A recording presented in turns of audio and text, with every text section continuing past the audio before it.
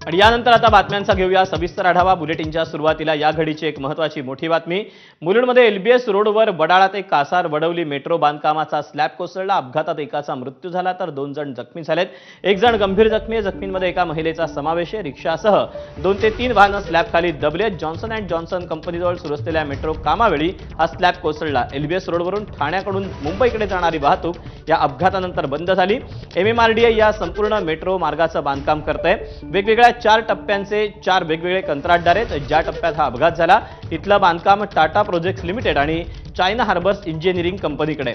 दरम्यान ज्या ठिकाणी अपघात झाला त्या ठिकाणी जाऊन महापौर रितू तावडे यांनी पाहणी केली। दोषी असणाऱ्या लोकांवर कारवाई करण्याचं आश्वासन रितू तावडेंनी दिलं।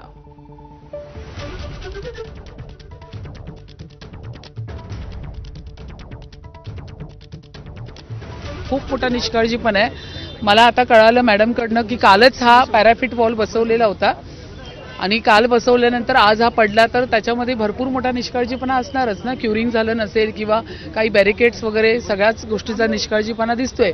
मग या सगळ्या गोष्टीवरती आता काय आहे विचार विनिमय करून, निष्काळजीपणा तर कॉन्ट्रॅक्टरचा आहे आणि त्याच्यावरती संबंधित साईट इंजिनियर्स जे ठेवले होते त्यांनी त्याच्यावरती देखरेख ठेवली होती का, त्यांचं लक्ष होतं का, या सगळ्याच प्रश्नचिन्ह या ठिकाणी आहेत। मुंबईमध्ये अपघाती मृत्यू काही नवीन नाहीत। कधी मॅनहोलमध्ये पडून, कधी ट्रेनमधून पडून असे अनेक अपघात झालेले आहेत ज्यामध्ये अनेक मुंबईकरांनी आपले जीव गमावलेले आहेत।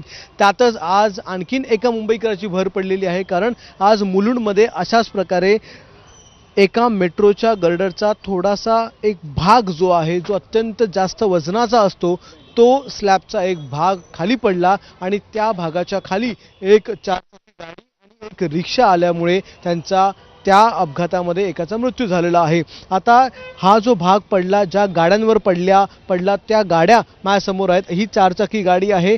त्या 4 चाकी गाडीवर या स्लॅबच्या भागाचा थोडासा भाग जो आहे, त्याचं थोडंसं वजन जे आहे ते पडलं होतं। मात्र त्या थोड्याशा वजनामुळे देखील ही गाडी पूर्णतः डॅमेज झालेली आहे। या गाडीचा एक भाग जो आहे तो पूर्णतः चेपला गेलेला आहे। या गाडीमध्ये एक महिला होती, जी महिला देखील जखमी झालेली आहे। खरं म्हणजे या रिक्षामध्ये 3 जण होते। 2 प्रवासी मागे बसले होते, तर एक जो रिक्षा चालक आहे तो पुढे बसलेला होता।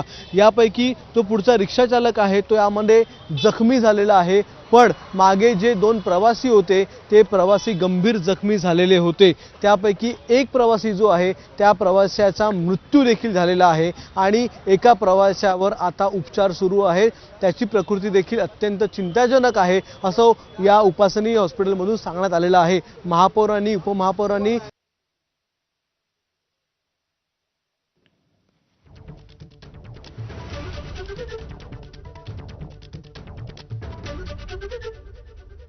दरम्यान मुख्यमंत्री